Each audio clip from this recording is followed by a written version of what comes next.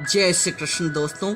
आध्यात्मिक क्षेत्र के साधक का जो मार्ग होता है, अर्थात जिस प्रकार के साधनों का वह प्रयोग करता है, उन्हीं के अनुरूप उसकी साधना का नाम होता है। ज्ञान के द्वारा सर्वोच्च अवस्था की प्राप्ति के मार्ग को ज्ञान योग कहा जाता है। वैसे तो उन सभी साधनाओं को जिनमें ज्ञान को माध्यम बनाकर लक्ष्य की प्राप्ति की जाती है, उन्हें ज्ञान योग ही कह सकते हैं। श्रीमद् भगवद गीता में सांख्य योग को भी ज्ञान योग कहा गया है, परंतु मुख्यतः वेदांत की साधना को ही ज्ञान योग के नाम से जाना जाता है, क्योंकि इस साधना में ज्ञान ही मुख्य साधना है। यह ज्ञान की उच्चतम और अंतिम अवस्था है, जिसके कारण साधक ब्रह्म के साथ एकाकार हो जाता है, अर्थात वह ब्रह्म ही हो जाता है। ज्ञान योग के सिद्धांतों के अनुसार आत्मा आनंद स्वरूप, ज्ञान स्वरूप, सत्य, कुटस्थ, नित्य, शुद्ध बुद्ध है। अपने वास्तविक स्वरूप में आत्मा ब्रह्म ही है। एकमात्र ब्रह्म ही सत्य है। ब्रह्म के अतिरिक्त इस संसार में किसी की सत्ता नहीं है। यह समस्त विप्त प्रपंचम उसी अद्वितीय तत्व के अनुरूप स्थिर और प्रकाशित है। ब्रह्म स्वयं प्रकाशमान, अनंत, अखंड, अनादि, अविनाशी, चैतन्य स्वरूप तथा आनंद स्वरूप है। जिस प्रकार एक ही अग्नि जगत में प्रविष्ट होकर नाना रूपों में प्रकट होती है, उसी प्रकार सभी जीवों के अंतरात्मा में वह एक ही ब्रह्म नाना प्रकार के रूपों में प्रकट हो रहा है, और वह इस जगत के बाहर भी है।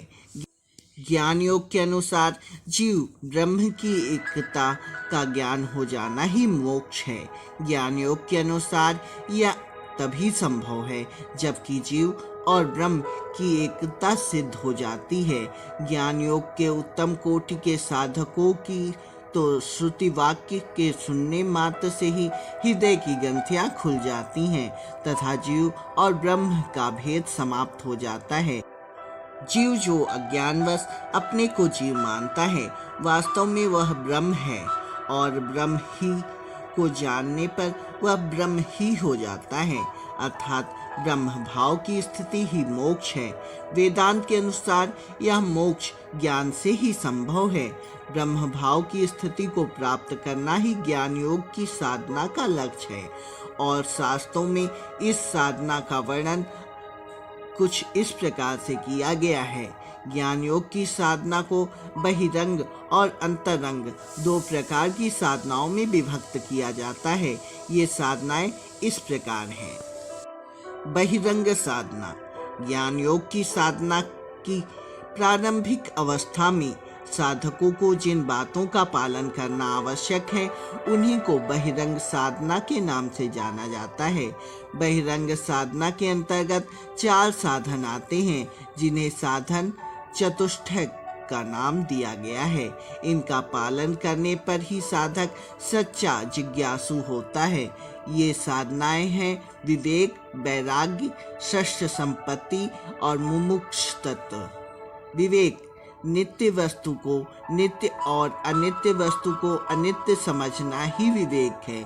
इसके द्वारा यह जाना जाता है कि ब्रह्म ही नित्य है, उसके अतिरिक्त सभी वस्तुएं अनित्य हैं। वेदांती रामानुजाचार्य इसके साथ साथ खाद्य और अखाद्य के विवेक पर भी बल देते हैं, क्योंकि हम जिस प्रकार का अन्न ग्रहण करते हैं, वैसी ही हमारी वृत्ति हो जाती है। साधारणता कहा जाता है, जैसा खाए अन्न वैसा बने मन, अर्थात जिस प्रकार का भोजन हम करते हैं, वैसे ही हमारी चित्त की प्रवृत्तियां हो जाती हैं। साधक को तामसिक पदार्थों को त्याग कर सात्विक पदार्थों को ग्रहण करना चाहिए। रामानुज ने इसकी विस्तृत व्याख्या की है। दूसरा है वैराग्य।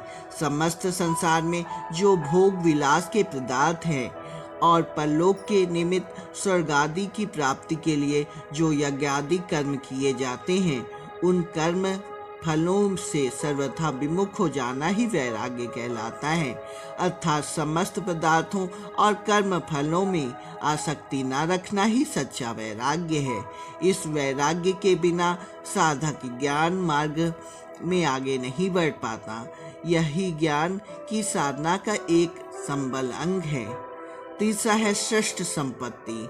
ज्ञान योग की साधना में साधक को 6 बातों अर्थात श्रेष्ठ संपत्ति का पालन करना अनिवार्य बताया गया है। इनको साधक की संपत्ति माना जाता है। इन्हीं के सहारे साधक साधना मार्ग में प्रवेश करता है। ये श्रेष्ठ संपत्तियां हैं सम, दम, तीक्ष्णता, उपरति, श्रद्धा, समाधान। अज्ञान के कारण जीव जो बंधन अनुभव कर रहा है, उस बंधन से मुक्त होने की इच्छा को ही मुमुक्षुत्व कहते हैं, अर्थात मोक्ष प्राप्ति की इच्छा। इस प्रकार विवेक से वैराग्य तथा वैराग्य से मोक्ष की इच्छा और ब्रह्म की जिज्ञासा होती है। दोस्तों, अब हम लोग बात करते हैं ज्ञान योग के दूसरे साधन अतरंग की। ज्ञान योग की साधना में अतरंग साधनों की संख्या भी 3 बताई गई है, श्रवण, मनन और निध्यासन।